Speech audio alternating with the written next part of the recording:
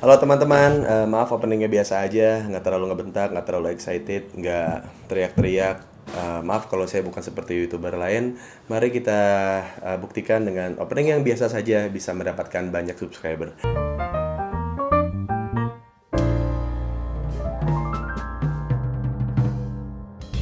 Selamat datang di Baru Kenal bersama Igor Saikoji ya.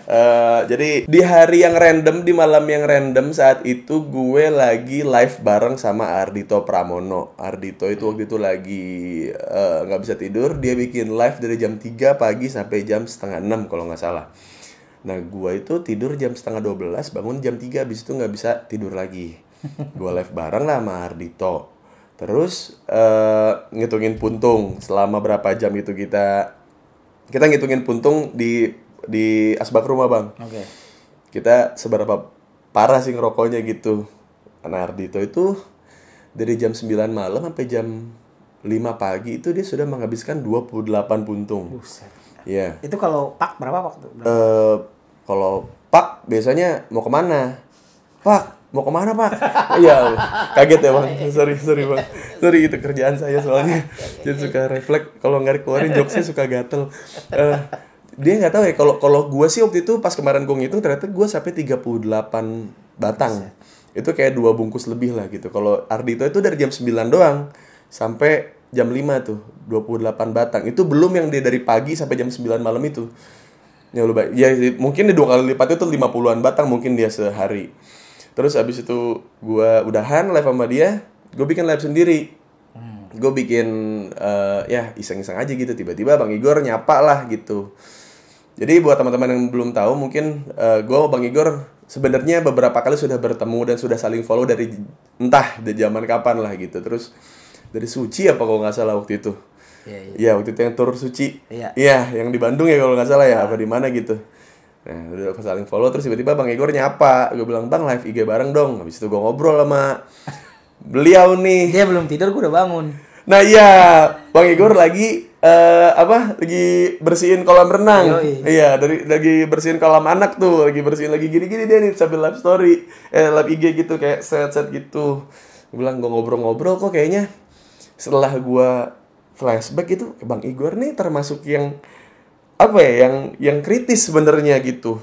Tapi nggak masuk IGD kritisnya, jadi kayak apa ada perlawanan gitu, apa yang dikerjakan itu ada perlawanannya gitu. Emang kalau secara lagu mungkin dia lebih mengutarakan keresahan dirinya terus dijadiin lagu biar orang jadi lebih pede apa segala macam gitu. Tapi di kehidupan nyatanya, kehidupan sosial medianya dia tidak sesantai itu gitu. Jadi kayak dia lebih pengen ngasih tahu diri dia seperti apa, secara spiritual seperti apa, dia mandang industri seperti apa segala macam gitu. Jadi kayak gue ngobrolin itu tuh pagi tuh, terus gue bilang, Bang Igor, kayaknya boleh nih bikin konten ngobrol-ngobrol.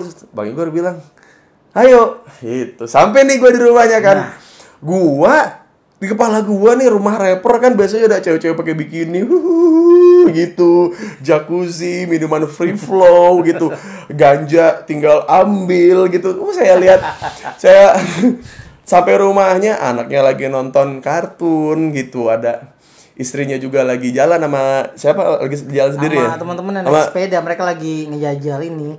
Ada daerah baru di Pik yang lo katanya bisa nyebrang Jakarta, Banten. Tapi naik sepeda? Sama teman-temannya. Oh, lihat. Gimana coba bapak rumah tangga, bapak yang ini di studio di sini gitu, terus kayak mana yang saya lihat di video klip rap, hah? Mana Bang Igor? Gak ada yang dijejalin pantat gitu, terus masukin ada pantat anak gue yang masih kecil kalau tidur. masukin dolar gitu ke celana dalamnya. Mana image rap itu Bang Igor? Dan kenapa aku tidak merasakan itu? Gak ada di sini. Gak ada di sini Gak ya? ada di sini soalnya emang kagak nyampe. Tapi kan Bang Igor, kalau rapper kan harus gitu kan, kayak Harus siapa? harus yang harus gitu kan, harus enggak ya Bang Igor. Kalau menurut gue itu apa ya? Gue sorry nih kalau gue kadang-kadang pancingannya jadinya serius gitu. Gak apa-apa. Karena menurut gue itu kan bentukan industri. itu kan bentukan industri. Maksudnya apa yang mereka jual, label dan industri mau jual adalah ya udah lifestyle kayak gitu ada hubungannya dengan apa yang mereka mau jual sebetulnya. Orang banyak bilang wah hip hop tuh kayaknya harusnya nge-street banget, harusnya ghetto banget atau enggak harusnya mana yang bener nih lu mau ghetto atau mau jadi bling-bling, beda lagi. Karena gitu. semua tergantung dari zamannya. Oh. Kalau lu ngelihat hip hop tahun 80-an, hip hop tahun 80-an tuh fun. Belum banyak belum kayak NWA itu baru 89 ke 90-an. Oke. Tapi sebelum itu hip hop tuh fun, nongkrong sama teman. Iya. Jalan-jalan belum sampai di titik dimana lu nunjukin kerasnya hidup karena mereka mau lari dari masalah hidup mereka. Jadi pengennya fun. Iya, Oke. tapi memang di Amerika tahun 80-an hidup susah. War on drugs itu bikin banyak orang ya lu kena dikit ditangkap. Iya. Hidup jadi susah. Ekonomi orang-orang yang belum terkenal jadi rapper kayak tahun 90-an ke atas susah lah. Makanya rapper tahun 90-an menceritakan kegelisahan tahun 80-an. Oh iya, jadi kayak skip 10 tahun gitu untuk bisa menceritakan itu ya. Lalu di tahun 90-an industrinya udah makin bener. Orang udah mulai ngeliat kayaknya rapper ini bisa jadi ditempel dengan brand ini, bisa ditempel dengan gaya hidup kayak begini, dengan minuman kayak begini. Akhirnya industri hip hop tuh makin berkembang. Makanya tahun 2000-an kesini rapper makin bling-bling. Oh begitu. Soalnya gini bang, jadi kan dulu gue juga maksudnya merhatiin lah, maksudnya kayak rhyming apa segala macam gitu dibuat buat gue pribadi gitu waktu itu kenapa gue akhirnya suka banget gitu sama hip hop apalagi rap gitu ya. Gue dulu kayak Lil Wayne yang gue inget banget tuh yang Mrs. Officer tuh nyangkut banget. Nah gue mulai dari terus gue abis itu ke R&B kayak gue dengerin Usher, terus abis itu gue P Diddy apa segala macam itu gue dengerin kan gitu. Terus pas gue dengerin lagu gitu tuh nggak tahu kenapa tuh teman-teman gue pada bilangnya gini, lu tahu nggak hip hop itu tuh lagu buat orang kaya. Kenapa mereka bilang begitu? Karena dia bilang lihat video klipnya Head On, lihat video klipnya dia buang-buang uang gitu. Terus gue bilang gini, lu dengerin liriknya, lu liatnya yang major gitu, maksudnya yang gedenya gitu. Tapi lu nggak lihat kayak yang dulu gue dengerin juga Asher Roth itu juga gue dengerin gitu. Terus kayak itu tuh ada kegelisahan yang gue pribadi saat itu bilang kenapa hip hop itu bisa sangat-sangat meledak karena lu tidak merdu pun lu bisa tetap nge-rap gitu sama karena intinya di hip hop itu lu bercerita, lu storytelling. Kalau kebetulan frekuensi cerita lo bisa dimengerti sama banyak orang, pasti banyak yang nyangkut. Contohnya Eminem. Semua orang pasti ngerti konsepnya di mana dia punya lagu I'm Sorry Mama. Orang pasti ngerti itu mindset seperti itu seperti apa gitu. Jadi kayak mungkin di saat itu banyak orang yang ngerasa kalau mungkin keinginan dia untuk menjadi musisi dijaga sama keluarganya sendiri. Kayak misalkan kayak pas dia sukses terus ibunya yang selama ini nggak nganggap dia terus jadi nganggap dia dan segala macam. Itu gue rasa itu keresahan orang banyak gitu. Jadi menurut gue banyak lagu rap yang menurut gue nggak stereotip atau nggak tipikal itu memang lo menceritakan keresahan lo tapi banyak orang ngerasa relate, makanya lo bisa naik. Makanya lagu rap lo dirasa mewakili gitu perasaan. Atau kadang-kadang ada juga rapper-rapper yang bikin lagu ngomong soal perjuangan mereka, hustle mereka. Nah itu juga kadang-kadang confidence yang ditunjukkan lewat lagu rap dan visualisasi video klip itu yang banyak orang ngerasa gue juga pengen kayak begitu. Jadi emang gue pengen juga confident. Jadi gitu. emang kayaknya ya orang Indonesia itu kan literasinya kurang. Jadi dia nggak mau mencoba buat membaca dia sedang ngomongin apa. Itu juga yang banyak orang nggak ngerti. Kayak kemarin masa-masa isu terakhir gini ada sempat beredar ada satu rapper di Indonesia yang nyerocos aja ngomongnya N-word. N-word. Yes. Dan dia memang ngerasa gue deket sama teman-teman rapper yang mungkin black. Padahal beda sejarahnya antara N-word ini artinya apa. Digunakan di saat orang-orang ini jadi julukan yang nggak baik gitu, jadi panggilan yang sebetulnya merendahkan. Kecuali emang lu sudah mendapatkan respect dari mereka dan approval dari mereka untuk. Menurut gua, lu orang bilangnya N-word pass. N-word pass ya itu ya. Kalau lu nggak campuran, at least 50% black dan lu bukan black juga, menurut gua mendingan nggak usah. Nggak usah. Kakak gue menikah sama African American. anaknya dia, jadi setengah Indonesia, setengah hitam. Dia cerita bahwa kenapa mereka dengan santai menggunakan kata itu satu sama lain. Karena mereka mau balikin arti kata itu dari yang biasanya bikin mereka kelihatan rendah. Kayak slave gitu dan mereka pengen kata itu eksklusif untuk mereka supaya ini kayak reclaim lagi kalau N-word itu tuh cuma buat kalangan mereka dan itu keren gitu. Iya, dan lo bisa sebutkan itu satu sama lain gitu. Bukan sekedar cuma eksklusivitas, tapi lo mesti tahu tarik garis sejarahnya. Emang dulu mereka tuh tertindas banget. Betul, iya. Ya, emang jadi buat teman-teman yang ngerasa cuma di sosmednya kayak BLM, Black Lives Matter, tapi lo ngerasa kok lo nggak menyuarakan sih, karena bro, kita juga masih tertindas loh, Indonesia nih masih terjajah loh. Gitu. Biarkanlah mereka punya perjuangan sendiri, kita juga berjuang sendiri gitu. Bukan berarti kita tidak peduli. Karena masalah Black Lives Matter dengan apa yang dihadapi di Indonesia itu sama.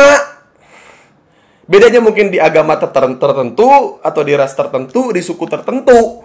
Bukan masalah kulit gitu. Tapi kenapa sih orang-orang ini tuh selalu komplain dengan gue gitu, yang selalu pengennya nyelesain masalah yang deket-deket aja.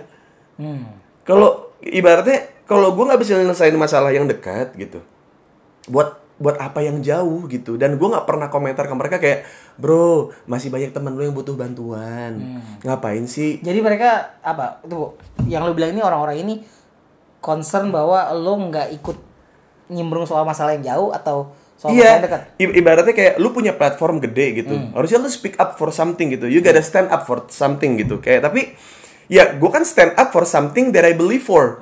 Bukan stand up for something for you. Gitu.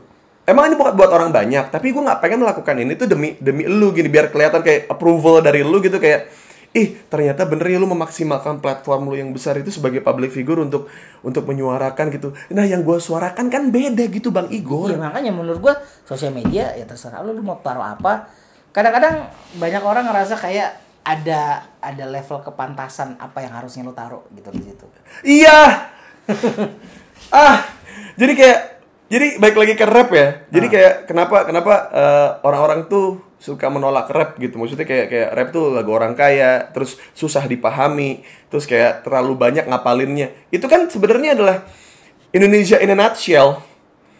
Ingin paham sesuatu tapi nggak pengen baca. Nah, itu menarik. Kenapa? Karena gua awalnya suka dengerin rap itu bukan karena gue dengerin rap luar. Jadi waktu gue pertama kali denger lagu rap SD, gue nggak suka. Satu, gue nggak ngerti bahasa Inggris saat itu, dan menurut gue kenapa sih orang-orang ini kok agresif banget ya? Kayaknya ada sesuatu yang mereka marah gitu. Udah gitu musiknya menurut gue saat itu cepet, berisik. Jadi gue bener-bener kayak oke, itu musik rap kayak gitu. Udah selewat gitu. Gue baru bener-bener cinta sama musik rap itu setelah gue dengerin rap Indonesia.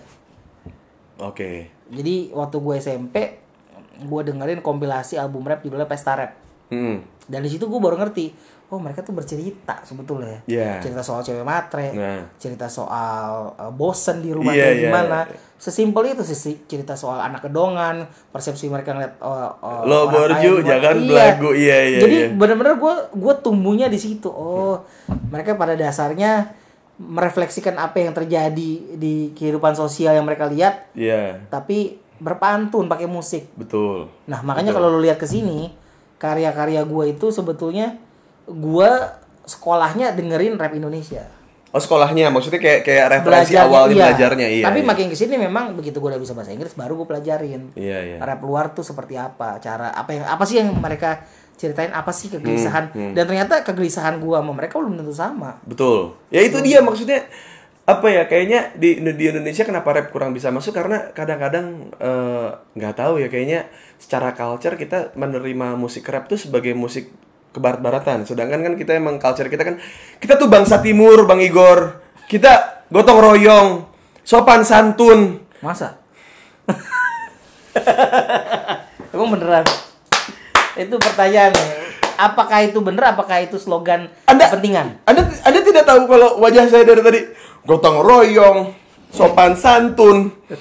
Ya kan, kita selalu memandang, lihat tuh negara Jepang canggih, saling support. Terus bersih, disiplin gitu. Tapi mereka juga nggak mau terima kalau di situ industri pornonya juga bagus. Bagus. Terus komedinya juga saling pukul, saling keplak kepala. Terus banyak yang bunuh diri sebagai pegawai kantoran karena stres gitu. Ya, lu cuma taunya kayak ketimuran kayak Jepang, kayak Korea. Lu pernah lihat nggak di film Jepang kalau lagi bentak gitu. Berarti standar yang dipakai, standar moral atau standar kepantasannya opsional. Begitu cocok dipakai. Begitu nggak cocok, lupain. Nggak boleh gitu Bang Igor. Oh, nggak boleh. Nggak boleh gitu Bang Igor. Di banyak hal seperti itu. Nggak cuman di urusan negara aja sih, tapi di banyak hal juga. Ya jadinya nular kemana sama pun kan. Kemana-mana ke hip hop juga begitu. Ya, gimana? Maksudnya gimana nih?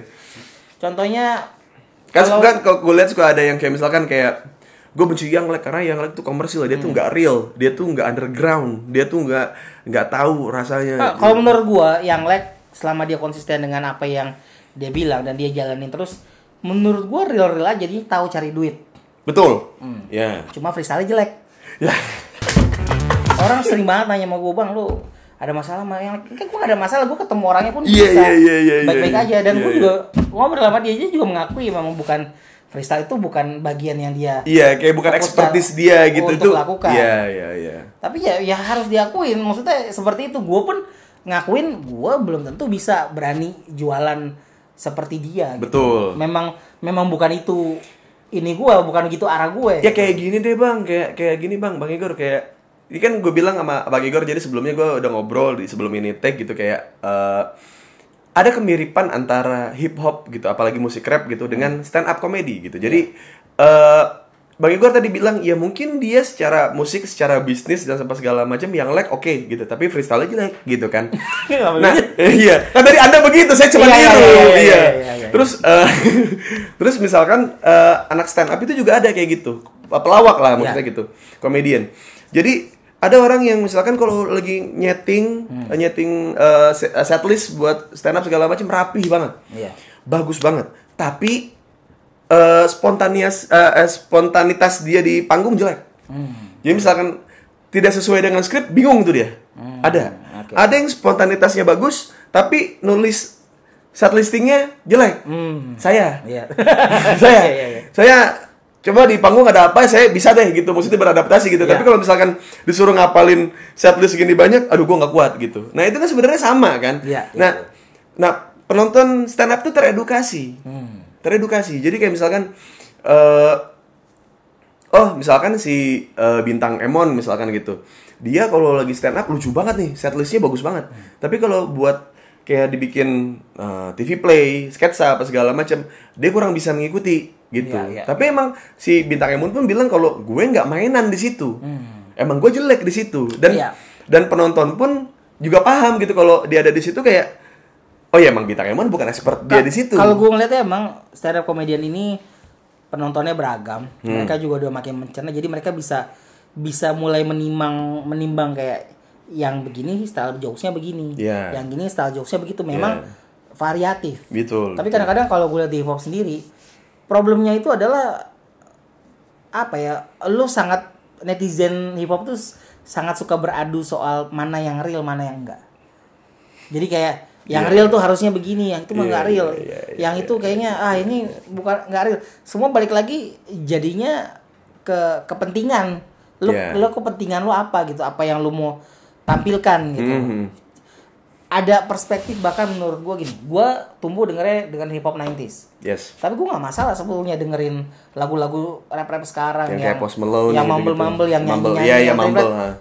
Gue waktu bikin lagu judulnya Goyang Kaplo, banyak yang bilang gue cuma mau ngedis rapper sekarang. Padahal bukan itu, lu dengerin lagi. Nggak apa-apa, nggak masalah. Nggak masalah lu model lirikal atau lu tipikal yang mumble. Bisa nge-rap beneran ataukah editan digital yang numble. Jadi menurut gue nggak masalah lu nge-rapnya sepotong-sepotong direkam. Ya kalau orang nerimanya pedes, lu salah lihat. Kayak masalahnya di hip hop tuh banyak yang jadi elitis. Kayaknya itu di setiap komunitas pasti ada. Bang Igor. Pasti ada. Begitu, Coba ceritain. begitu lo jadi elitis. Iya. Tapi nggak apa-apa, mungkin mereka cinta sama hip hopnya. Sama Jadi hip hopnya mereka lihat, gitu ya. gue perlu memegang satu bentuk form hip hop yang real dan gue harus berjuang mempertahankan sampai mati. Inilah kesejatian puritan hip hop. Wah, di stand up juga ada. Ada. Stand up itu tidak boleh pelesetan. Stand up itu tidak boleh bermain akronim. Stand up itu harus berdasarkan kejujuran. Cuma dari situ. Tidak boleh Anda halfway punch pakai pelesetan, tidak boleh. Kalau usahakan hidup Anda yang menyedihkan itu adalah gold premise. Itu adalah premis yang tidak akan tidak akan dipunyai oleh stand up komedian lain. Tapi lo harus lihat, kadang-kadang orang seperti ini mereka punya semangat tinggi untuk mempertahankan eksistensi dari bidang-bidang yang kita geluti. Tapi pada akhirnya dia ngikut. Gitu juga ya, ngikut juga. Pelesetan ternyata laku ikut. Ternyata nggak harus jujur ya. Ternyata kalau kita terlalu jujur segala macam di stand up, ternyata nggak ada yang dengerin kita loh, gitu. Bisa juga sih mereka sangat elitis soal persepsi mereka soal apa hip hop yang real atau enggak. Tapi dalam kenyataannya belum tentu sereal itu juga. Dalam kesehariannya, nah itu dia.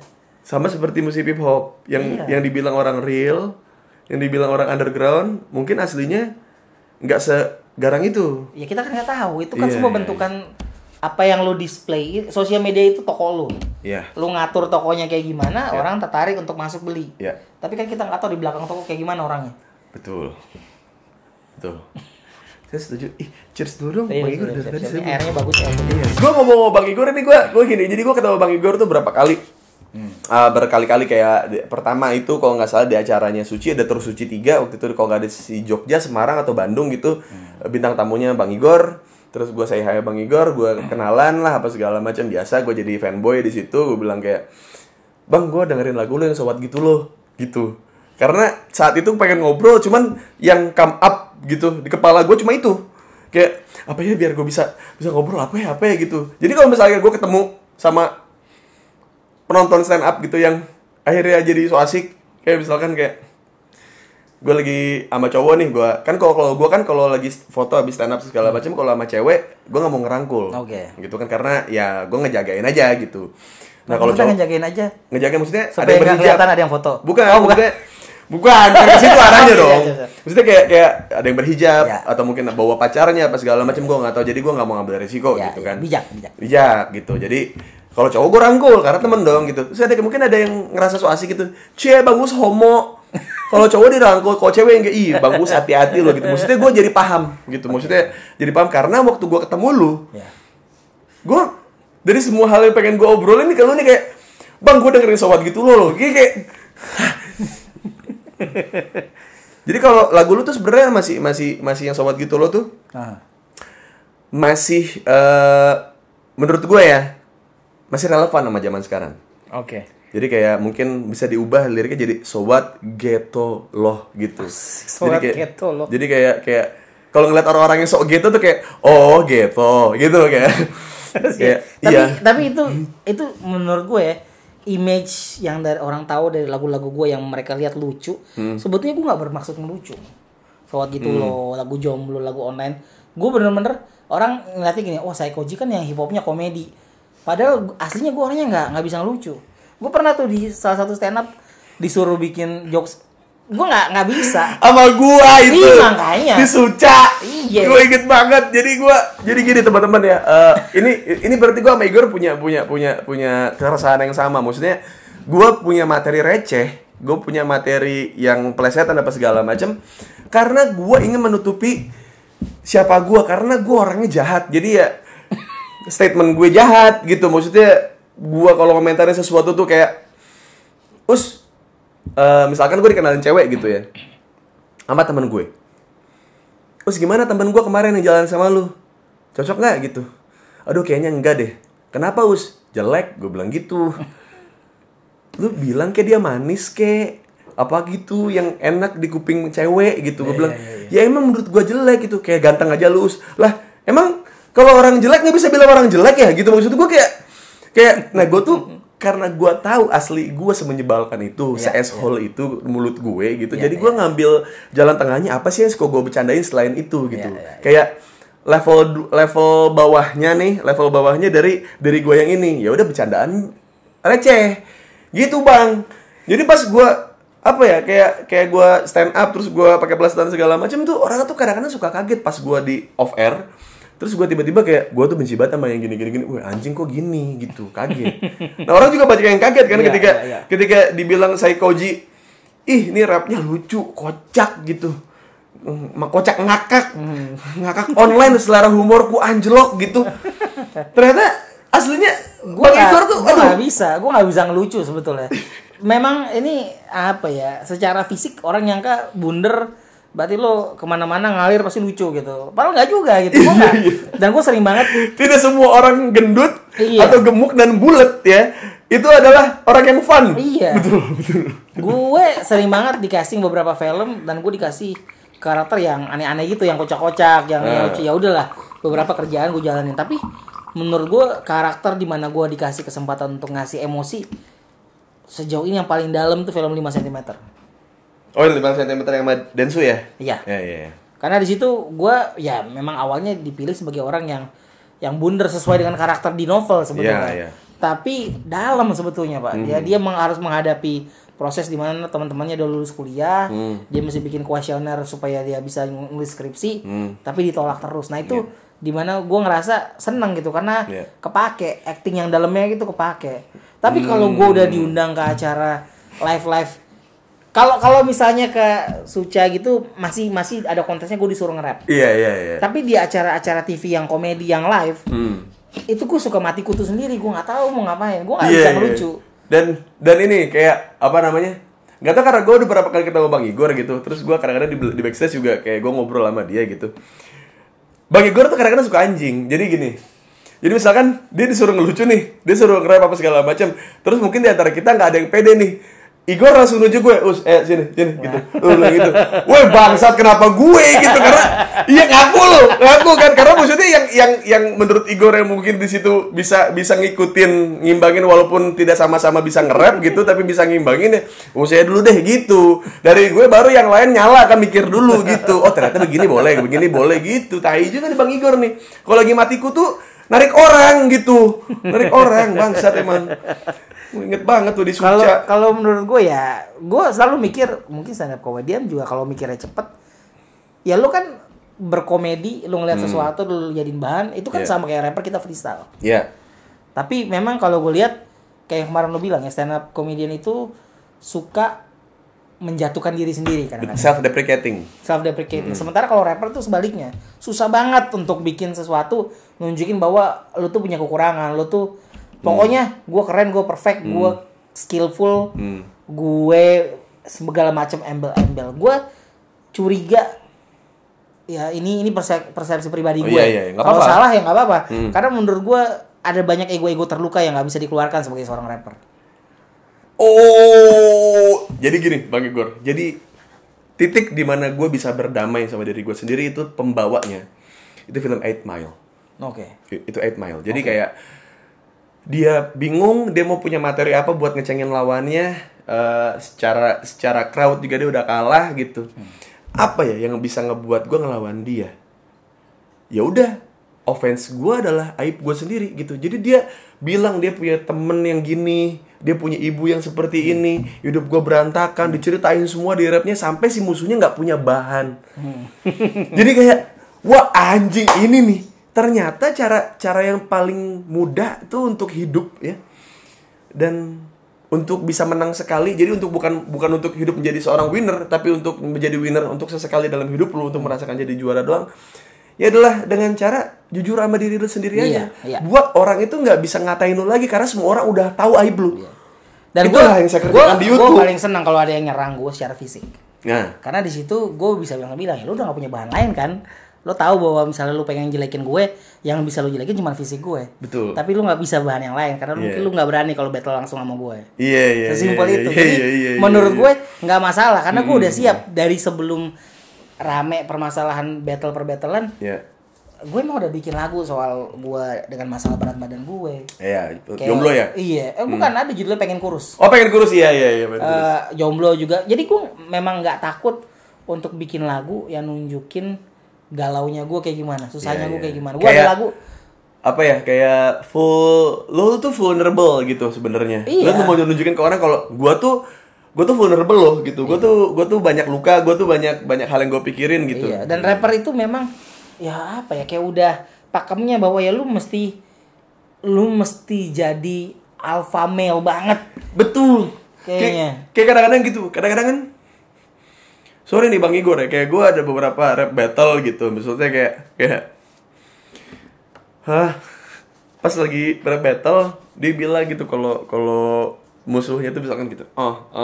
Nggak tahu kenapa ya gitu, kalau rapper tuh pasti gitu kan. Pasti kalau alfabet tuh nggak sampai Z tapi sampai di A doang, kayak B, C, gitu, gitu kan, gitu.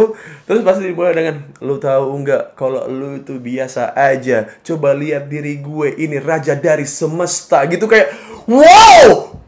Padahal saya lihat sepatunya Jordan palsu, gitu kayak fans palsu, gitu. Jadi kayak bisa nggak sih kayak apa namanya, lu bagain diri lu, tapi ya maksud gue yang in a common sense aja gitu. Kayak misalkan Ya itu dia.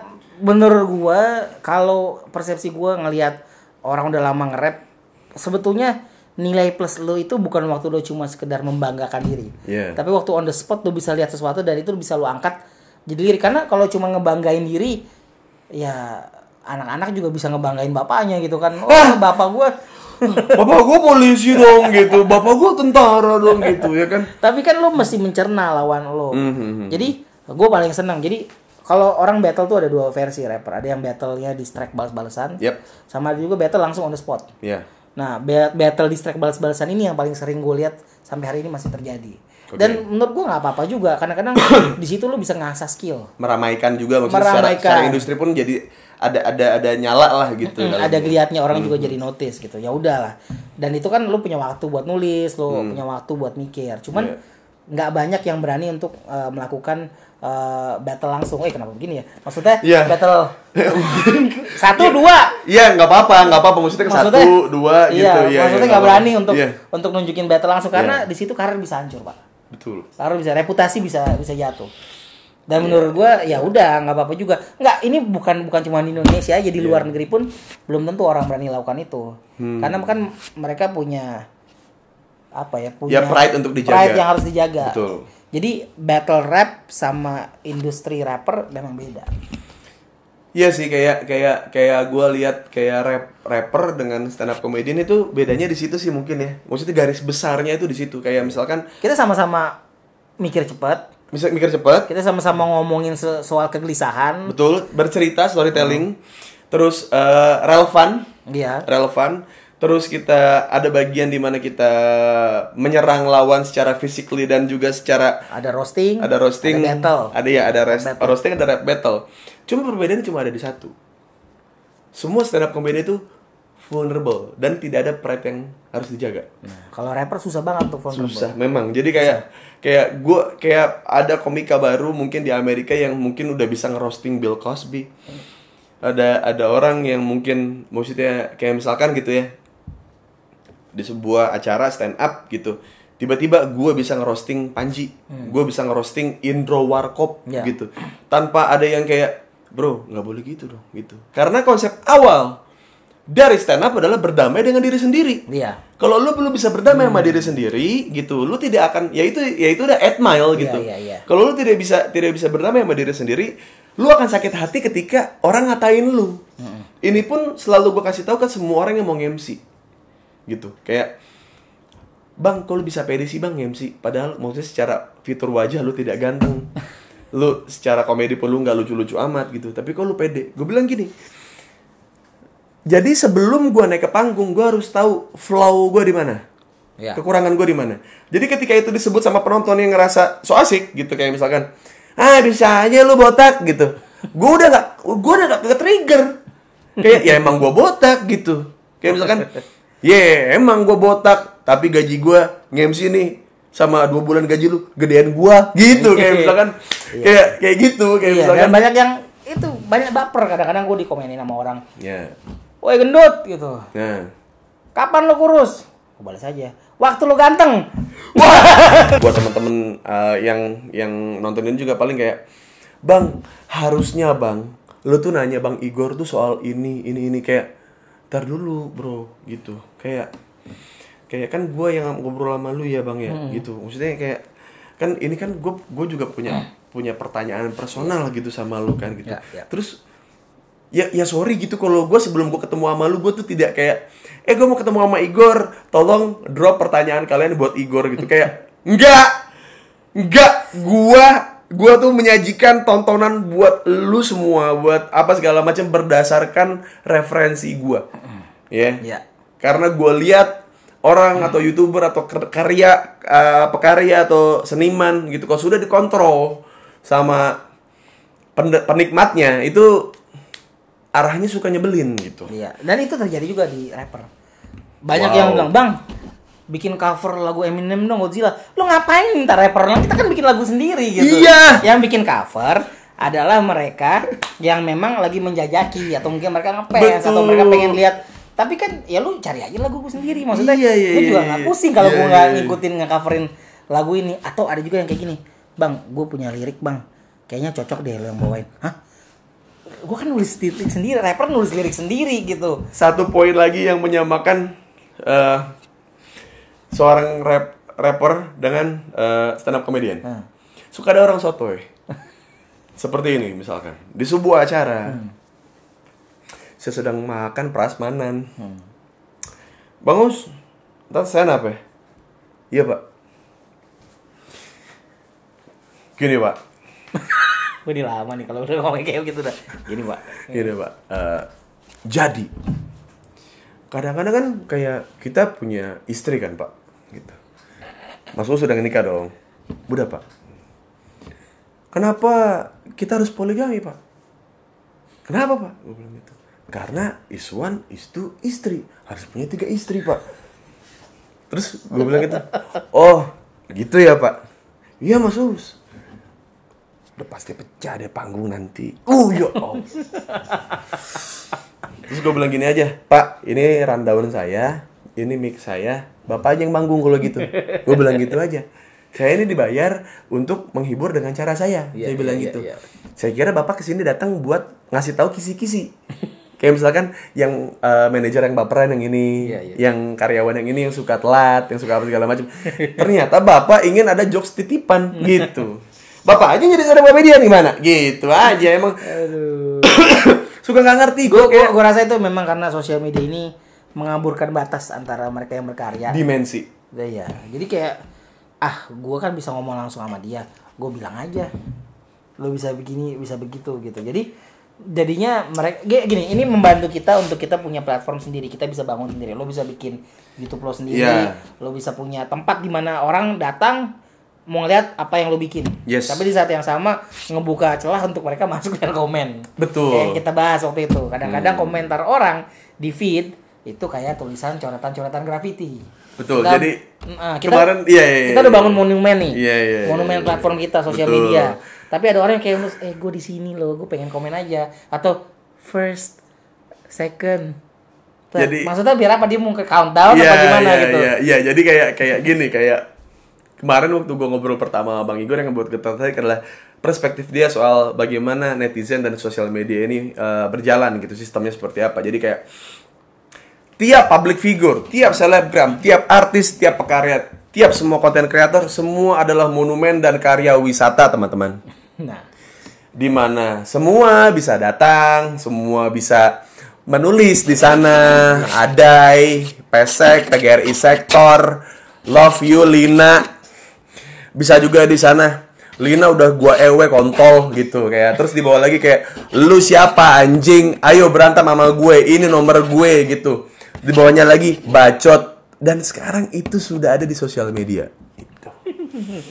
Jadi komentar-komentar itu tuh seharusnya sudah termasuk vandalisme. Dan bahkan kalau dulu kita lihat di monumen-monumen, itu yang nulis-nulis gitu paling ya bocah-bocah sekolah, bocah-bocah STM, bocah-bocah SMK, SMA, SMP gitu, yang sederajat lah gitu semuanya.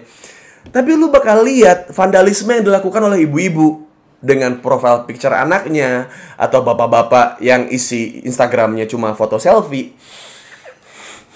ditempel dengan kutipan-kutipan rohani.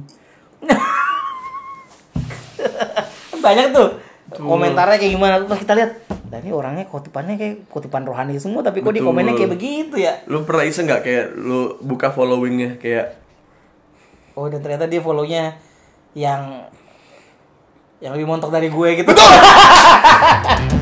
Gue sama istri gue cuma pacaran 1 kali sama istri gue. Oke. Jadi istri gue tuh pacar kedua gue. Oke. Sampai sekarang kita sama-sama.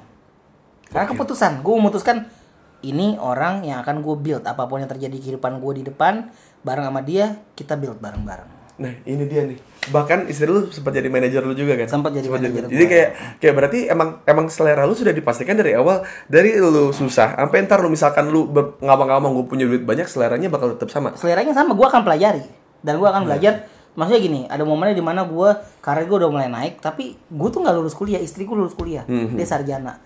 Sampai akhirnya titik di mana dia pertama jepret-jepretin gue doang waktu karir udah mulai naik.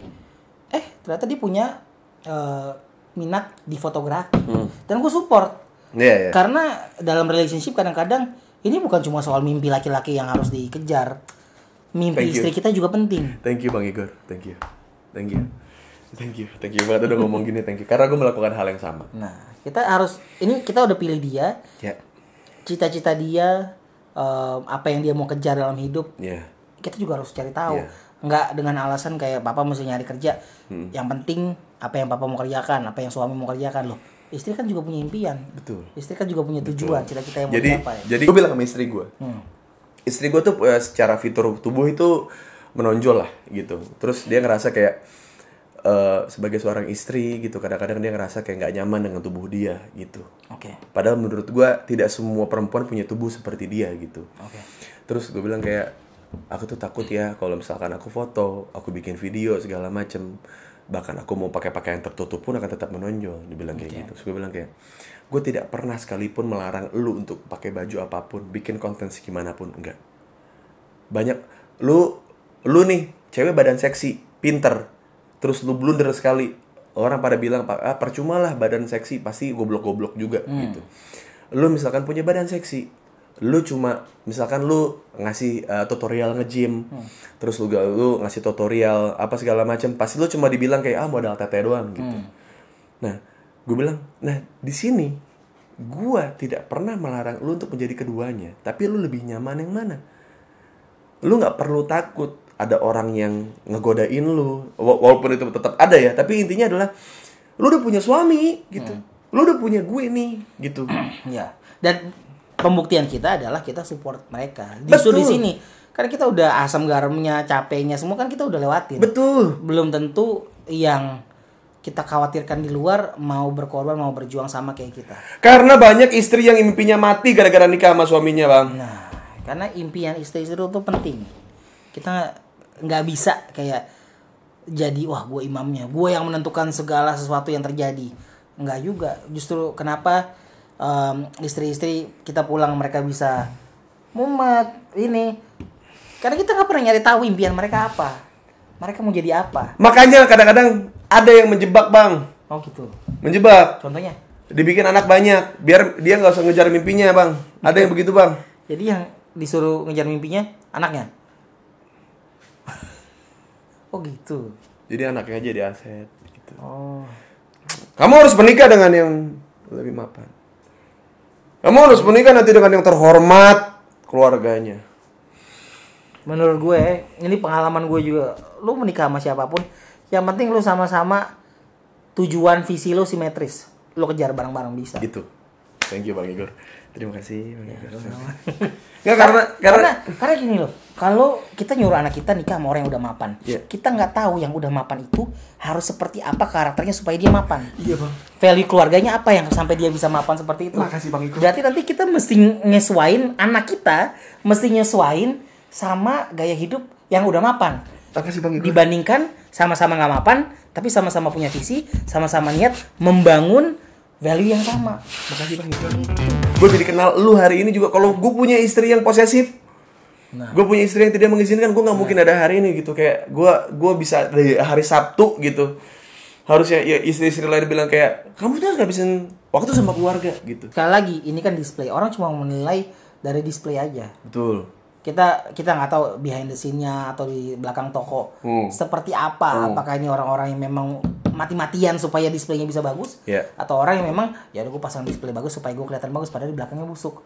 Itu terjadi. Dan menurut gue ya ngobrol-ngobrol kayak gini yang ya kita ngobrol aja. Maksudnya ngalur dulu sana kemari tapi pelan-pelan kita mengupas sisi hidup yang karena kita baru kenal, Bang. Nah, itu maksudnya, baru kenal. Iya, kita baru kenal, Bang. Jadi maksudnya gue selalu kayak misalkan kenapa sih Bang Us lu tuh harus menjelaskan diri lu berkali-kali karena baru kenal ini kan sudah beberapa kali kan. Terus kayak lu karena Bang Igor tuh tidak selalu mantau sosmed gue. Iya. Karena Bang Igor tidak sok tahu tentang hidup gue. Karena Bang Igor ngelihat gue di sini sebagai seorang stand up comedian, bukan sebagai seorang ayah, bukan sebagai seorang suami, bukan sebagai seorang teman gitu. Tapi gue tahu sih berapa saat menjelang pesta politik biasanya lo suka muncul ke permukaan. Tapi ketika gue muncul ke permukaan, apa yang ada di benak lu saat itu? Kalau yang teman-teman gue yang lain udah gue ajak itu kan rata-rata nggak tahu gue. Kadang-kadang ada yang gue stand up comedian yang mana lupa, gue penyiar radio juga mereka tahu gue. Kalau gue ngeliatnya begini, gue selalu ngeliatnya gini, apapun yang terjadi ke seorang atau mungkin biasanya itu kayak merugi atau kemalangan atau kayak orang bilang musibah apa dibahas sosial media, gue cuma bilang itu proses lo. Kenapa? Karena dari situ lo akan bertumbuh, bukan untuk kayak oh besok gue hati-hati lah lebih baik, enggak. Apapun yang terjadi di hidup kita, life happens for us, not to us. Hidup terjadi untuk kita. Bukan hidup terjadi aduh karena kenapa hidup gue begini ya. Jadi kita jadi ngomongin ke arah spiritual nih ya. Maksudnya gue juga tahu kalau Bang Igor nih punya selain punya Saikoji gitu, jadi punya YouTube sendiri gitu Bang Igor sebagai Saikojinya juga. Terus kayak misalkan dia punya yang religi yang kayak Disciples ya. Dulu sempat ada Disciples. Gua tuh ngikutin Bang Igor tuh dari mana kayak lo tahu Disciples tuh. Iya, karena gua bukan orang thanks God gitu ya untuk hidup gue. Jadinya gue melihat postingan-postingan lo yang religi tuh gue lihat itu sebagai sumber referensi ilmu. Gitu. Jadi gue lihat postingan lu kadang-kadang yang di slide gitu yang kayak makin kesini makin kayak ini maksudnya ini gini kayak sama seperti rhyme lu gitu, kayak pertama kayak premis halfway punchline gitu kayak itu kan yang kamu lakukan dengan sosmedmu yang itu kan. Iya, jadi kayak gue tuh banyak belajar sesuatu dari situ kayak oh ternyata emang pembelajaran soal spiritual gitu, kita lepas agamanya deh, soal spiritual gitu, soal bagaimana kebaikan, bagaimana kayak menyebarkan kebaikan dengan cara gue gitu, ternyata oh bisa begini gitu. Dan gue di saat itu kayak seneng gitu kayak ya Allah, makasih ya sudah memperkenalkan saya proses hidup yang sangat pahit dan dibantu dengan banyak kalangan sehingga saya bisa dapat ilmu. Lu bayangin coba kalau misalnya gue dapat dari orang tua yang konservatif gitu, kayak melihat Igor Saikoji memposting soal Alkitab, unfollow aku mataku telah kafir. Tahu nggak? Orang kalau nyumbang ke kotak sumbangan, kotak sumbangan itu dibuka bentuknya salib. Kotak sumbangan. Lu buka tuh. Secara 3 dimensi. Tak bentuknya salib semua. Fuck iya lagi. Semua bentuk kubus, kotak, lu buka, lu bisa bentuknya salib semua. Kalau stand up komedian gitu ngebahas apa, oh terlalu ini. Padahal sekarang yang ngomongin soal cocok lagi juga banyak gitu. Terus gue bilang kayak apa bedanya gue mah lucu, lu mah ngehasut gitu kayak. Ya maksudnya kita mah buat ketawa gitu, buat jadi komedinya gitu. Oh dia mah buat ngehasut gitu. Jadi kayak makasih Bang Igor nih, aduh anjing gue seneng banget nih. Nah, maksudnya gue nggak pernah nyangka kalau misalnya ngobrol sama Bang Igor tuh bisa sampai di tahap ini gitu, karena gue cinta anime, Bang Igor cinta Star Wars gitu kan. Dan itu dua culture yang berbeda ya Bang ya. Star Wars mirip-mirip aja sebetulnya. Mirip-mirip ya. Star Wars juga sebenarnya kan banyak terinspirasi dari mitologi perfilman Jepang. Soal karakter utamanya. Oh iya, yang dia tuh Jedi sama Dark Force gitu ya. Iya, dan apa ya, intensitasnya dalam berantem menghadap lawan, terus apa? Lihat aja bentuknya si Darth Vader, lightsabernya. Sebetulnya itu lebih kayak mitologi. Itu si George Lucas sendiri itu sangat ngefans sama Akira Kurosawa sebetulnya. Oh gitu. Iya. Oh, jadi kayak si villainnya itu selalu overpower deh. Iya kan? Kayak butuh kayak 2 sampai 3 Jedi untuk ngelawan satu villain gitu. Iya. Iya kan? Emang iya sih itu anime banget sih. Jadi kayak Son Goku udah gak kuat, Vegeta berikan kekuatanmu, Frieza berikan kekuatanmu. Iya bener sih. Bener ya. Pada akhirnya kan ya itu maksudnya kenapa? Ya itu kayak misalkan orang banyak yang kecewa sama gue gara-gara waktu gue opening stand up selalu gue mulai dengan what's up, what's down, hablumminanas, habluminallah. Yang itu tuh sifatnya bukan menunjukkan kalau gue orang religius, tapi gue pengen nyampein hal yang lebih spiritual. Artinya gitu. apa tapi itu? Hablumminanas itu hubungan antar umat manusia. Oke.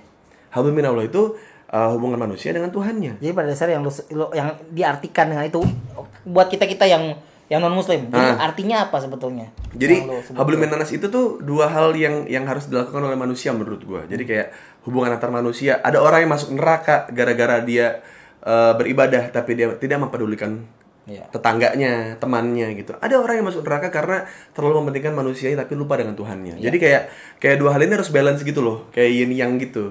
Nah, gua tuh ngomong kayak gitu, kayak habluminallah gitu untuk kasih tau ke orang kalau spiritual gue sampai situ.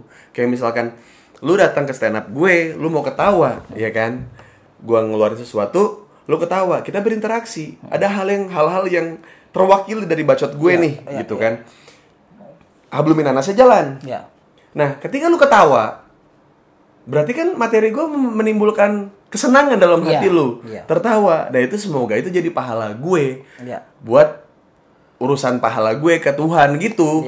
Tapi orang tuh banyak menyangka kayak, wah, Uus tuh sebenarnya tuh religius apa segala macam, wah bla bla bla, sampai akhirnya gue kena boykot, kena masalah apa segala macam. Wah, emang dia memang ternyata selama ini mempermainkan agamanya apa segala macam. Bukan, karena itu hal yang berbeda gitu. Hal yang spiritual tuh hal yang apa ya, maksudnya yang gue dapet secara balance gitu. Maksudnya gue bertuhan dan gue berteman. Nah, itu kan kenapa kadang-kadang ini di semua agama. Kadang-kadang orang yang sangat gencar mempromosikan iman mereka dan persepsi mereka soal Tuhan maunya kayak gimana. Kadang-kadang bikin kita bertanya 2 kali, kok lu sangat care soal apa yang Tuhan pikirkan, tapi Tuhan kok kayaknya lebih maaf dibanding lu. Ya kan?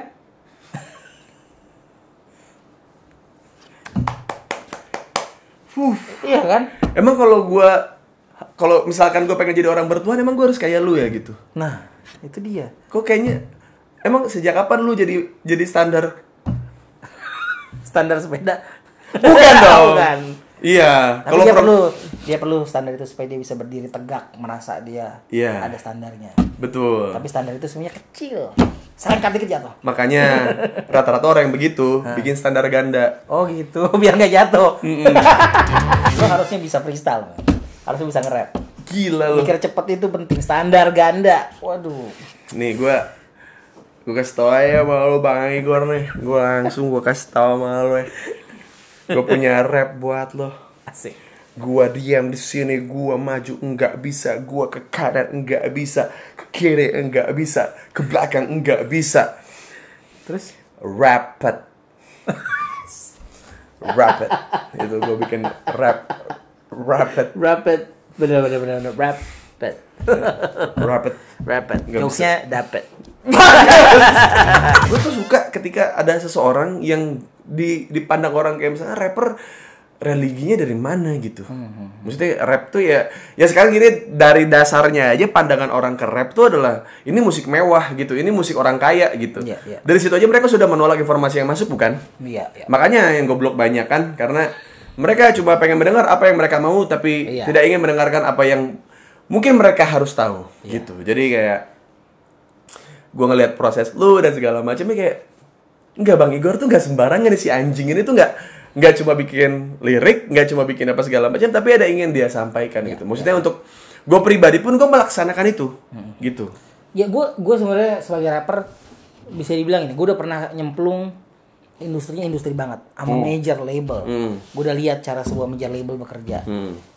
Nggak ada yang salah dengan seorang artis lu mau nempel sama sebuah major label, desain, dikontrak supaya semuanya diurusin, produksi, promosi, segala macam, nggak apa-apa. Tapi yang gue pelajari selama gue ada di sebuah major label, mereka punya agenda dan mereka punya timeline.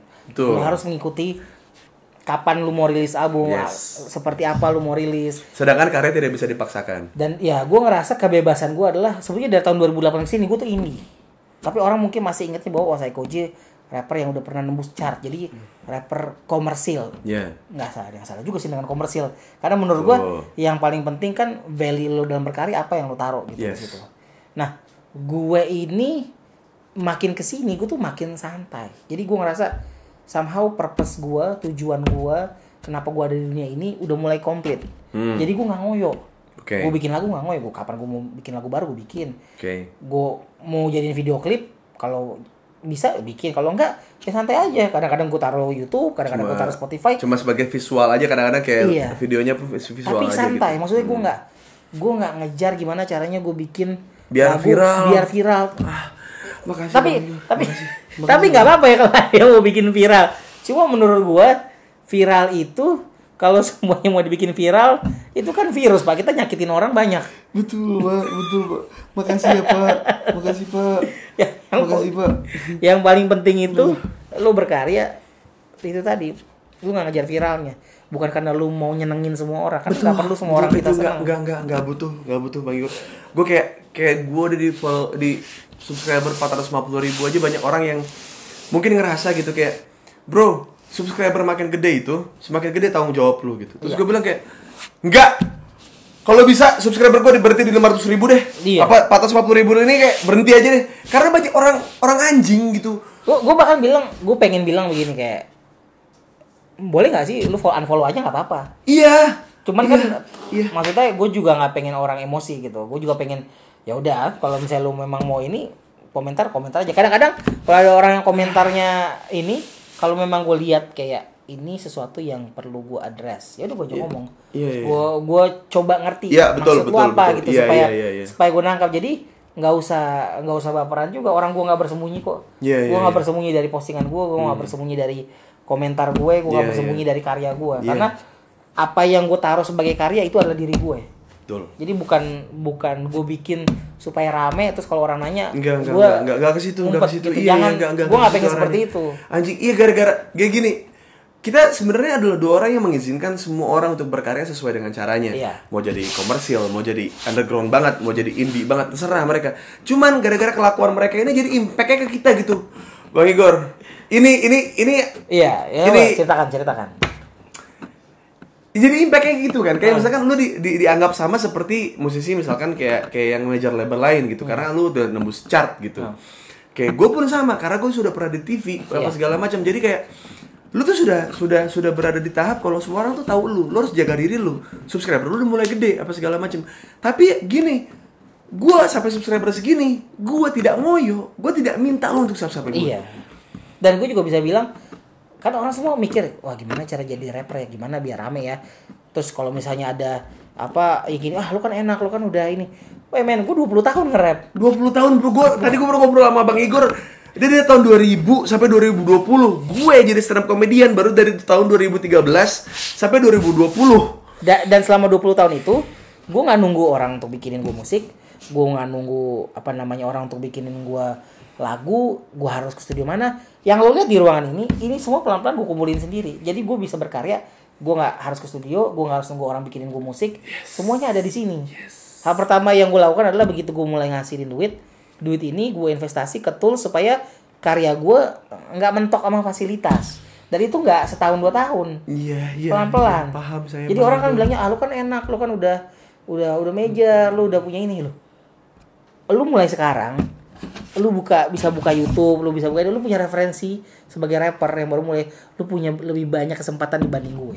Gue pertama kali mulai nge-rap, gue mesti nyari kaset instrumental, gue mesti ngebongkar ke pasar Senen untuk nyari VCD kompilasi hip hop, karena gue nggak punya internet. Begitu gue udah punya internet pun, gue mesti dial up, baru gue bisa sentrin 080989 kali. Telkomnet instan. Gue mesti begitu tuh, lama gue download lagi instrumental. Jadi semua fase itu gue lewati waktu belum dimudahkan oleh teknologi. Jadi makanya di saat begini, di mana semua orang dengan mudahnya bisa berkarya, mau internet besok mati, gue masih bisa bikin lagu. Betul. Karena yang gue kejar bukan gimana gue supaya cepet ada apa ya, cepet nyampe di atas, bikin bangunan. Yang penting cepet dibangun, yang penting cepet tinggi. Tapi kopong semuanya, keropos. Gue gali dulu, hip hop gue ngertiin dulu. Ini sejarahnya gimana? Ini maksudnya arahnya ke orang-orang yang giveaway handphone biar ini ya, biar subscribernya nambah. Nggak tahu juga, mungkin juga. Kopong sih itu. Kopong ya? Kopong. Karena gue nggak pusing soal itu, gue nggak pernah kasih giveaway. Bang, giveaway dong bang. Ngapain giveaway gitu? Kalau gue kasih giveaway, berarti gue nggak nambahin nilai di hidup lo. Yang gue kasih tambah nilai di hidup lo adalah lewat karya gue. Supaya lo denger lagu ini, lo termotivasi dan lo bisa sukses. Kalau bisa lo sukses lebih dari gue. Kan gue bikin konten tuh, ada konten gue bikin namanya Edukaskill. Gue share cara gue nulis lirik, cara gue ini. Gue nggak takut ngebagi itu, karena menurut gue kalau lu males ini nggak berguna buat lo. Tapi kalau lu mau maju, mungkin lo bisa lebih jago daripada gue. Dan gue nggak masalah ada rapper yang lebih hebat daripada gue. Gue selalu mengajarkan orang buat jujur. Gue ngajarin orang kayak mau sampai kapanpun lu hidup gitu, yang bisa membuat lu feel like home adalah jujur. Gue nggak bilang kalau jujur itu akan menguntungkan lu, enggak. Gue nggak bilang kalau jujur itu akan terus membuat lu berada di posisi atas, enggak. Gue cuma bisa bilang kalau lu jujur, lu feels like home karena lu ngerasa lu jadi diri lu yang paling diri sendiri gitu. Gue tolol soal sosial media, gue tolol segala macam, gue tolol banget. Gue cuma bisa jadi diri sendiri. Suatu saat gue pernah diwawancara sama orang media gitu kayak, Bang Us nih gimana proses hidupnya apa segala macam. Waktu gue zaman gue baru naik lah gitu. Terus gue bilang kayak gue pernah ateis.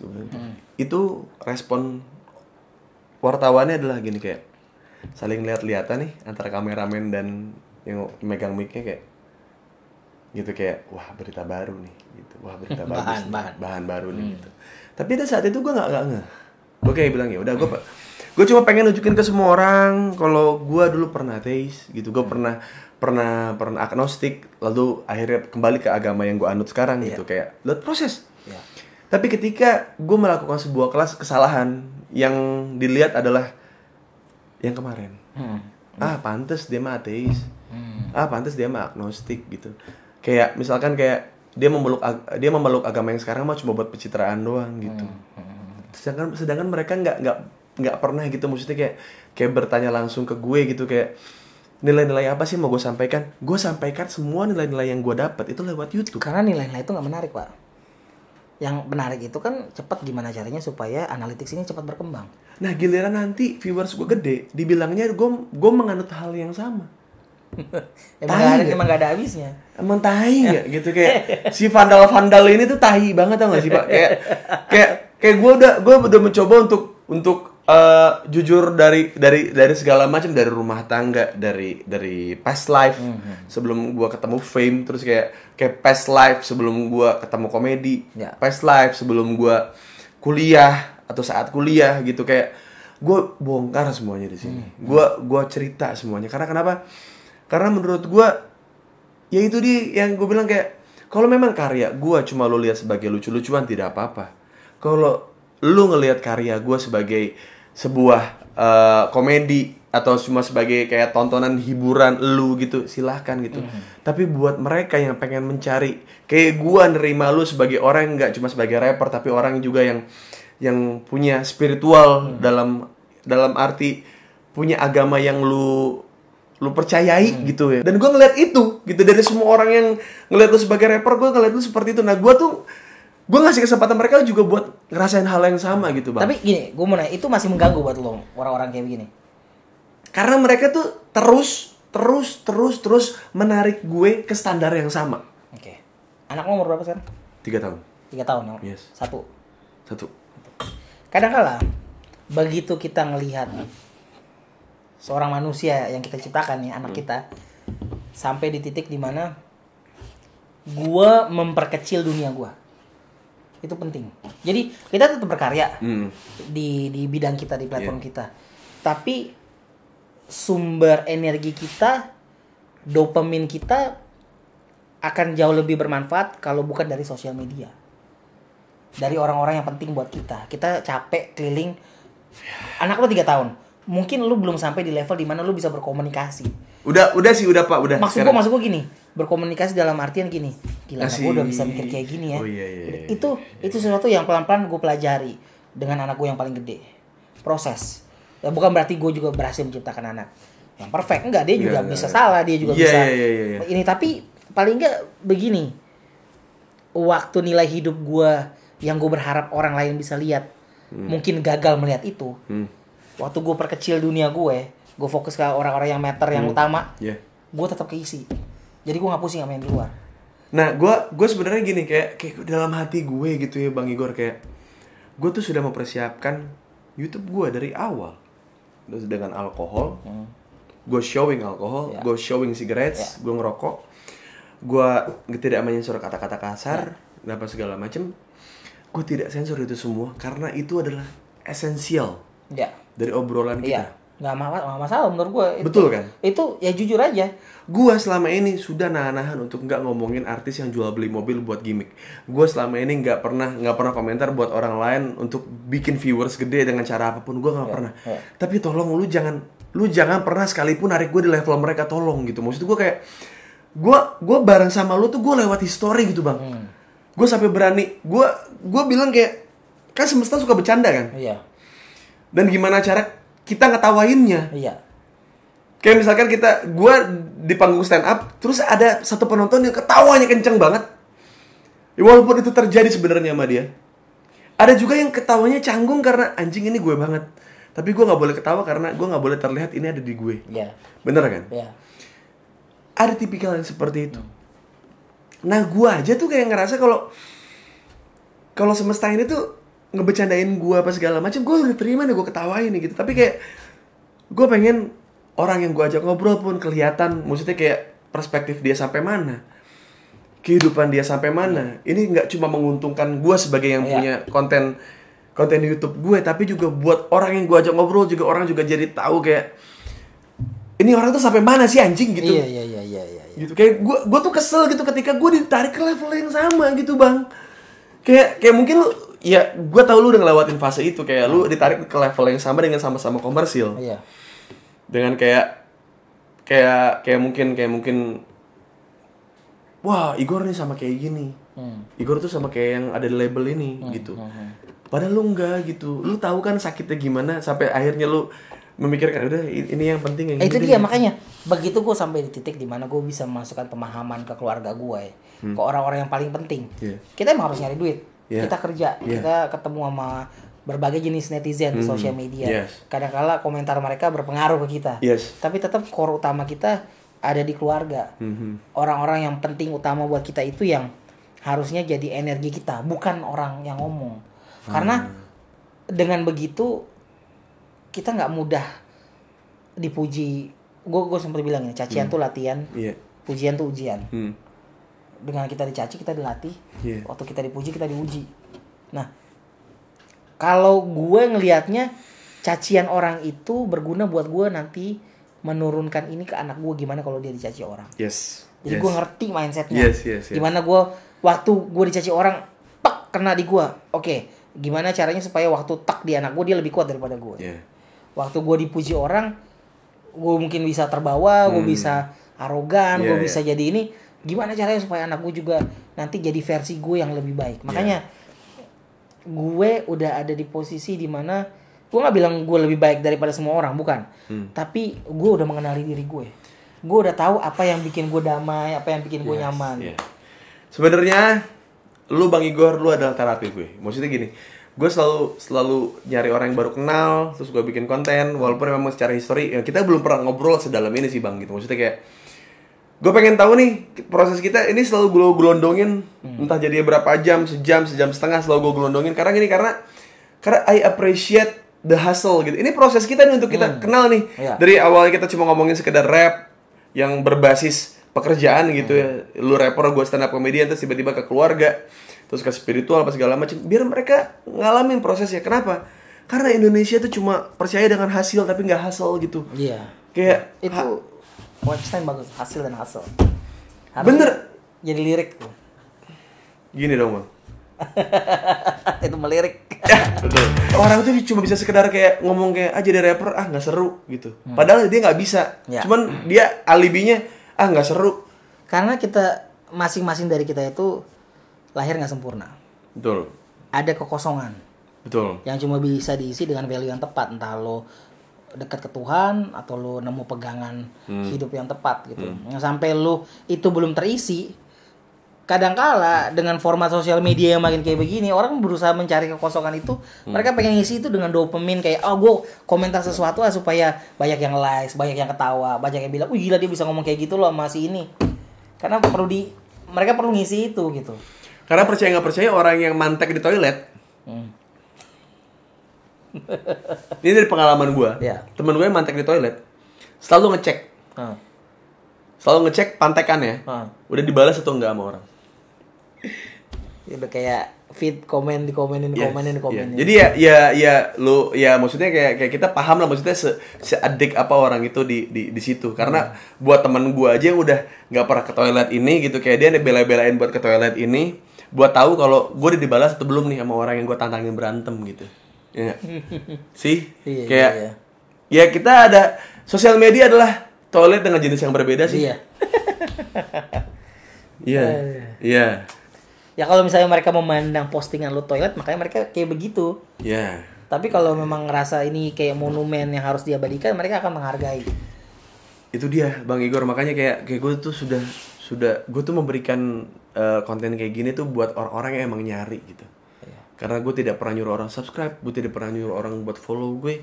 Gue cuma pengen ngasih sesuatu hal yang kira-kira punya value gitu. Kalau hidup itu kayak misalkan kayak kalau beriman terus jadi menghilangkan teman, ya buat apa? Terus kayak berteman tapi kehilangan iman, ya buat apa? Gitu. Jadi kayak berteman dan beriman tuh harus berada di koridor yang sama. Jadi kayak itu yang gue coba buat sampaikan gitu, kayak lu Bang Igor gitu, lu orang yang menurut gue sangat dekat dengan keimanan lah apa segala macam, tapi lu juga tidak lupa berteman gitu kayak dan berkarya gitu. Dan sedangkan banyak orang yang ngira kalau orang sudah berkarya itu pasti keimanannya jauh gitu. Orang sudah minum alkohol keimanannya jauh gitu, kayak ya mungkin gimana ya Bang Igor ngasih taunya gimana? Kalau gue ngeliatnya ya berarti apa ya? Gue ngelihat Tuhan tuh memang ajaib. Ada tujuannya kenapa dia menciptakan kita semua seperti ini. Lengkap dengan kelebihan dan kekurangan kita. Supaya kita belajar. Supaya kita bisa ngebangun relasi. Nah kalau biasanya ada namanya Dunning-Kruger effect. Kalau lu search itu lo akan nemu kenapa why stupid people think they're smart. Waktu lu mulai ngerti sedikit, lu ngerasa udah tahu semuanya. Tapi semakin lu ngerti, lo akan tahu bahwa di segala sesuatu yang terjadi di dunia ini itu ada cerita yang lebih besar daripada lo cuma lihat satu titik terus lo maki-maki soal itu. Tujuannya adalah seperti itu. Jadi lo kayak misalnya lo akan bisa selalu ketemu banyak orang, ketemu hal-hal yang susah, ketemu orang yang merugiin lo, ketemu pacar yang nyelingkuhin lo, ketemu teman yang ngebohongin lo, yang ngelarin duit lo. Tapi Tuhan tuh ngelihatnya bahwa setiap orang tuh punya kesempatan yang sama. Orang yang hari ini jahat sama lo atau orang yang lain ini menganggap diri lo musuh, siapa tahu suatu saat lo sama-sama bisa bangkit dengan kondisi yang berbeda. Betul. Jadi orang lebih suka apa ya, dengan pengertian yang segini mereka mau menganalisa seluruh dunia. Padahal Tuhan yang nyiptain seluruh dunia menganggap kita yang segini itu penting semua. Gak ada yang ditinggalin sama Tuhan tuh semua. Kalau kita mau dengerin, jalannya tuh ditunjukin. Kitanya segini, tapi kita ngerasa kita udah paling ngerti semua. Tapi sedangkan Tuhan yang nyiptain semua, kita yang segini-segini itu penting buat dia.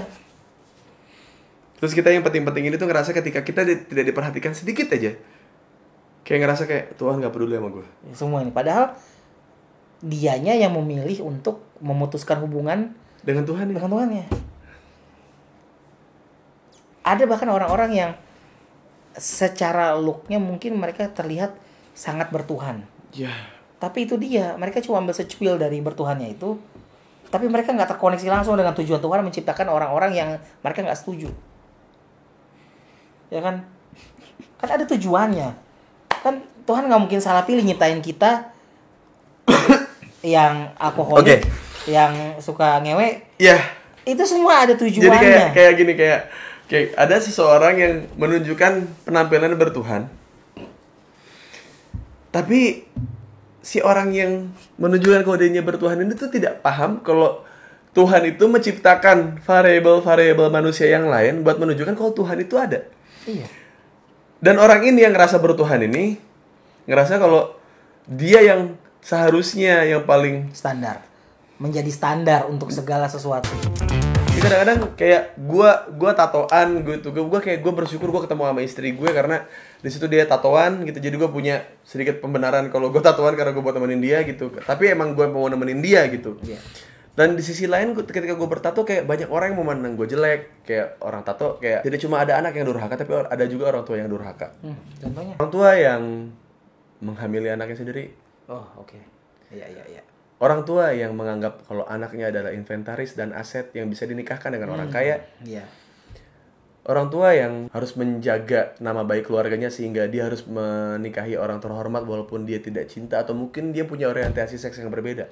Orang tua yang membuat anaknya berbohong biar orang tuanya ngerasa lebih baik. Itu orang tua durhaka gitu. Dan ketika gue ngomong terus ada nge-tweet gitu terus ada orang yang ngebales gitu di bawah kayak, "Ya bang, kata ustadz gue, nggak cuma ada anak yang durhaka tapi ada orang tua yang durhaka." Oh, emang betul gitu. Bang Igor, memang kalau orang tatoan mah nggak punya agama, nggak punya keimanan, nggak punya pengetahuan soal agama. Emang selalu seperti itu. Padahal kan saya nge-tweet gitu juga kan karena ada ilmunya. Cuman saya bawa itu ke realita. Karena menurut gue itu tadi yang kita bahas, Tuhan itu punya pemahaman lebih besar daripada kita. Kenapa kita selalu berusaha ngomong seakan kita lebih paham daripada dia? Kan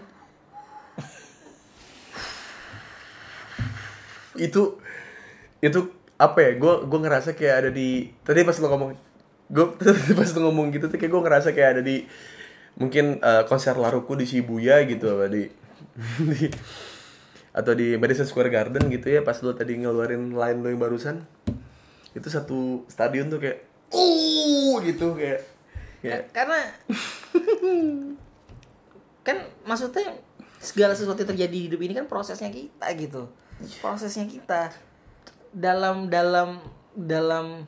rencananya Tuhan, semua kelebihan, kekurangan, malapetaka, musibah, berkah itu kan ada untuk membentuk kita. Kalau misalnya semua orang ngerasa semua orang harus seragam, gue rasa bukan seperti itu yang dimaksud kenapa kita diciptainnya berbeda-beda. Kayak gini deh bang, kayak sesimpel ini aja. Di sebuah tempat gitu ada pemuka gitu, ceramah. Ada punya kru. Krunya pada minum-minum. Iya. Lu sadar gak sih kayak lu punya sound yang enak. Lu punya speaker yang bisa didengerin semua. Ya.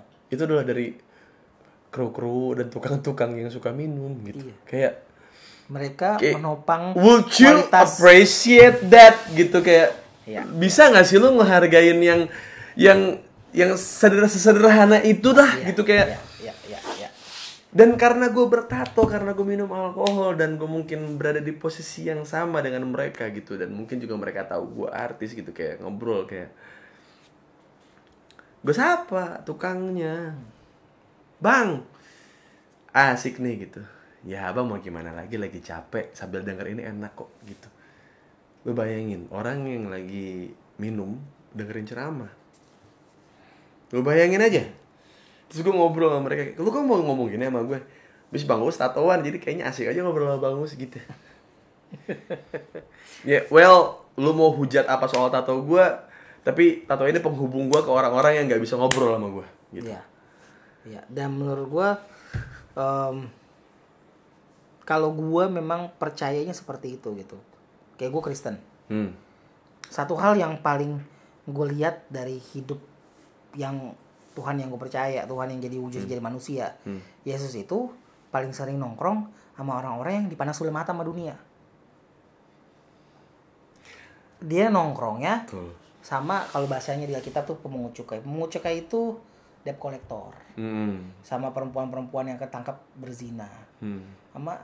Dan dia mujizat pertama yang dia bikin adalah mengubah air menjadi anggur di pesta pernikahan.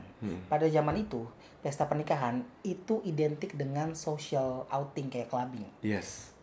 Jadi, gue nggak bilang bahwa oke, berarti kita semua harus mabok, kita semua harus gini. Enggak. Tapi dia tahu dia datang ke dunia yang problematik. Yes. Kalau lu datang ke dunia yang problematik dan lu ngerasa bahwa lu dekat dengan Tuhan, cuma ada di tempat yang suci, yang bersih, yang ini. Banyak orang yang ngerasa dirinya nggak cukup baik untuk datang ke gereja. Banyak orang yang ngerasa dirinya nggak cukup baik buat datang ke masjid. Karena mereka ngerasa sangat terintimidasi. Justru di sini gue ngelihat Yesus tuh datang karena dia mau nyentuh orang-orang yang ngerasa gue nih nggak cocok, gue nih nggak layak. Sementara dia pun berhadapan dengan saat itu pemuka-pemuka agama yang kerjanya bilang, weh nggak bener tuh, harus kayak begini, masa lo jadi ini. Kalau bahasanya karena Yesus itu kan Yahudi sebetulnya. Orang Yahudi tuh lu nggak boleh di hari Sabat itu lu nggak boleh ngapa-ngapain. Dia kerja, dia nyembuhin orang. Jadi ada juga di Alkitab orang-orang yang mindsetnya tuh agamawi banget. Bahkan melebihi dari yang emang udah datang untuk nunjukin yang bener tuh kayak gimana. Emang udah ada kebuktian di situ. Emang. Wow, cuma beda zaman doang ya. Beda zaman doang. Ya, jadi dia memang ada di situ untuk nunjukin mindsetnya tuh seperti itu. Dan gue yakin di literasi Islam pun Isa itu kan ada. Kan kita bedanya kan cuma di endingnya doang. Yeah. Tapi value kehidupannya dia anak Maria, anaknya Maryam di Islam, orangnya sama. Betul. Yang dia lakukan sama. Kebaikannya sama. Cuma beda endingnya doang. Jadi pada dasarnya makanya coba lo lihat Tuhan make kalau di kalian tuh nyebutnya Nabi Isa. Untuk nunjukin bahwa Tuhan pun mau menjamah semua orang. Tapi kadang-kadang kan orang kan lebih kayak ini kayak kalau nggak begini, kalau nggak bentukannya gini, ini nggak mungkin nih kenal Tuhan nih, nggak mungkin nih. Intinya adalah gue bersyukur, gue sangat bersyukur dengan proses hidup gue. Mungkin kalau gue mau hidup lagi di reinkarnasi, gue pengen jadi Uus lagi deh gitu, kayak nggak apa-apa, kayak mungkin gue rela gitu, gue rela ngelawan semua orang bahkan yang ada di satu agama dengan gue untuk ngebelain lu Bang Igor. Karena gini, karena buat gue pribadi, mau orang lain bilang orang Kristen ya secara harfiah atau secara meaning gitu, maksudnya yang diajarkan lo adalah kafir, gue nggak bisa bilang lo kafir bro. Bagaimana kan bilang kalau misalkan orang kafir adalah orang yang tersesat. Walaupun ada yang definisinya diubah lagi menjadi orang yang tidak memeluk agama yang seperti agama yang gue anut. Tapi menurut gue kalau misalkan orang kafir adalah orang tersesat, lu bukan orang tersesat Bang Igor. Maksudnya gimana ya, kayak gue berterima kasih dengan proses gue dalam hidup gue ketemu sama lu hari ini, gue mendapatkan suatu hal yang menurut gue ini mahal banget Bang Igor. Maksudnya thank you. Ini gue belajar dengan agama yang berbeda, tapi gue bisa nunjukin kok bisa ya gitu, lu di agama lu, gue di agama gue, tapi kita punya pemikiran yang sama soal keimanan dan berteman dengan realita gitu. Jadi lu dan gue adalah orang yang mengamini kalau ya iya kita emang mau bertuhan, tapi kadang-kadang nggak semua orang tuh berteman dengan realita gitu. Ya. Karena menurut gue ya itu prosesnya setiap orang. Siapa tahu suatu saat dia akan ngerti bahwa wah kayaknya gue cuma di permukaan doang. Yeah. Emang ada prosesnya untuk semua orang. Yeah. Untuk sampai di titik lo mau membawa iman lo sebagai display aman supaya orang ngerasa kayak oke dia baik-baik nih. Yeah. Atau lo mau jalanin bener. Lo harus berhadapan. Untuk menurut gua iman itu baru bisa diuji waktu lo atau spiritual lo itu justru diuji bukan waktu lo bisa posting wah berkah, wah berkat, wah ini baik, semua baik. Waktu semua amburadul, waktu semua kacau, lo masih pegang nggak?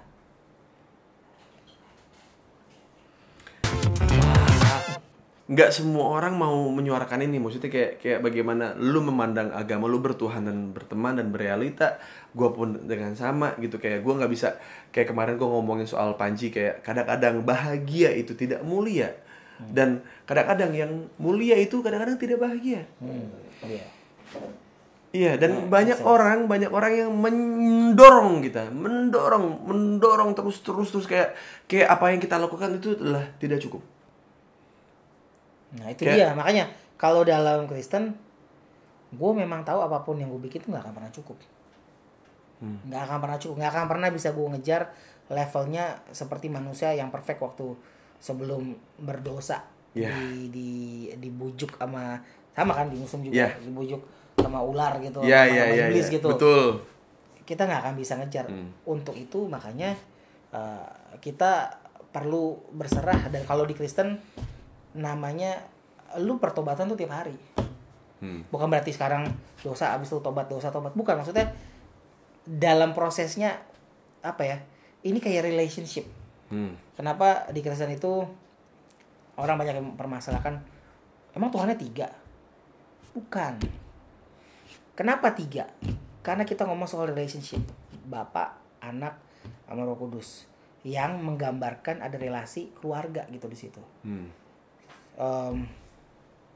Bapa, Tuhan yang utama, Anak, Yesusnya, Roh Kudus itu kalau bahasanya di Kristen itu penolong yang sepadan, pendampingnya. Jadi kayak keluarga. Jadi kalau gue ngeliat senternya dari kekristenan gue bukan cuma sekedar agama, tapi itu relationship. Dan itu gue apply ke semua orang lain. Ya sebenarnya mah mau diakui atau tidak, sebenarnya sama. Iya. Hablum minallah, hablum minannas. Udah. Relationship. Jadi di situ adalah bukan soal dalam relationship pernikahan. Mana ada pernikahan yang sempurna? Justru dalam pernikahan itu kita berantem, kita sama-sama saling najemin, kita sama-sama belajar. Lebih baik lagi ke depannya. Tapi kan kalau semuanya enggak harus begini dulu, wah udah lama-lama cerai tuh. Jadi buat teman-teman yang maksudnya satu hal yang selalu gue pengen coba buat sampaikan di sini, kadang-kadang orang mabuk lebih waras dibanding orang yang tidak mabuk. Lu udah ini emang tipsi aja. Tipsi aja.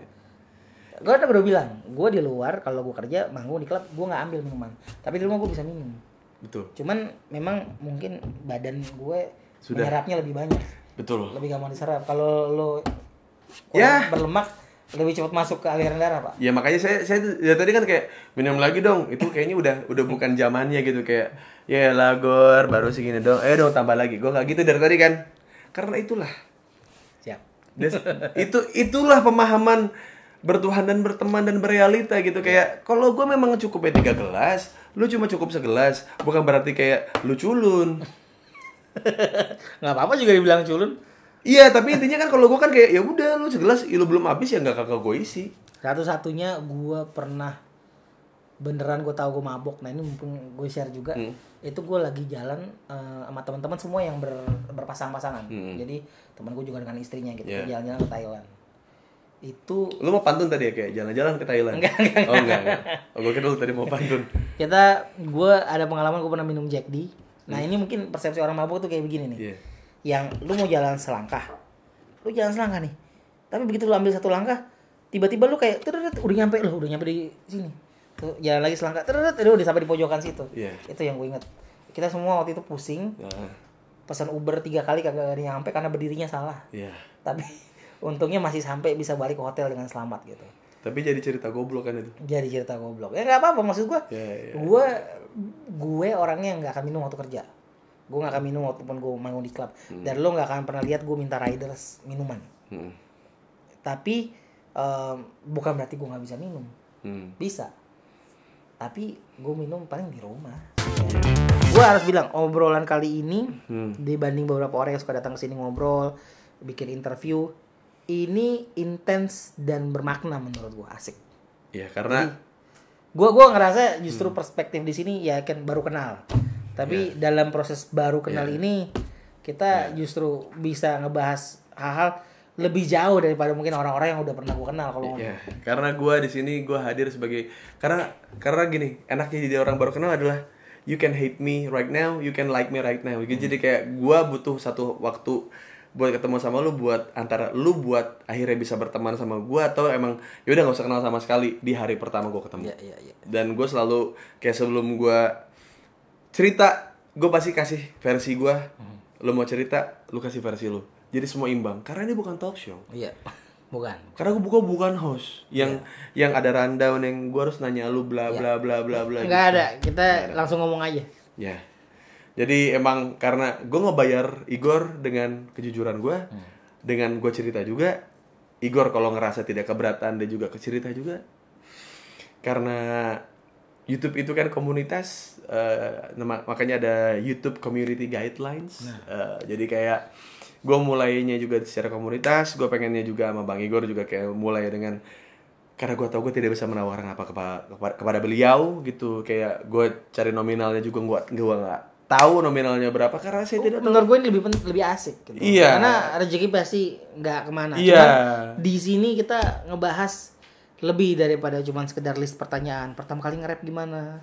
Cita-citanya gimana, nextnya mau bikin apa, itu kayak pertanyaan bahas. Kalau lu di radio kan pasti gitu kan, di interview. Tapi itu selalu gue buang. Orang selalu nanya gitu. Jadi kalau gue tuh zaman radio tuh kayak misalkan disuruh interview orang, terus gue dikasih rundown, itu gue buang. Biar dia aja, gue pengen bercanda, gue pengen tahu orang ini. Iya. Kalau gue lebih, karena kadang-kadang kita letih dengan pertanyaan yang sama berulang-ulang. Betul, iya. Ya karena perspektifnya gue pun sama gitu, selalu capek dengan pertanyaan yang berulang-ulang. Jadi kayak gue ngasih lu kayak apa ya, privilege kali ya. Gue setiap orang yang datang ke konten gue di Baru Kenal selalu kasih privilege buat nunjukin siapapun dirinya gitu kayak. Dan lu gak usah takut karena gue juga nunjukin siapa diri gue gitu. Jadi gue nggak cuma pengen kayak banyak viewers dengan ngejatuhin nama lu atau mungkin kayak bikin clickbait. Gue pengen orang tuh nikmatin obrolan kita dari awal. Kita ngomongin soal rap, stand up, terus soal istri, soal bagaimana vandalisme netizen, terus kayak kita ngomongin soal akhirnya spiritual gitu. Gue pengen mereka ngelewatin proses karena untuk menjadi gue atau Igor itu nggak instan. Bisa dimulai nggak dengan menonton video ini dari awal sampai akhir? Ya memang tidak instan. Hustle lebih penting dibanding Hasil. Terima kasih Bang Igor. Thank you. Thank you. Terima kasih.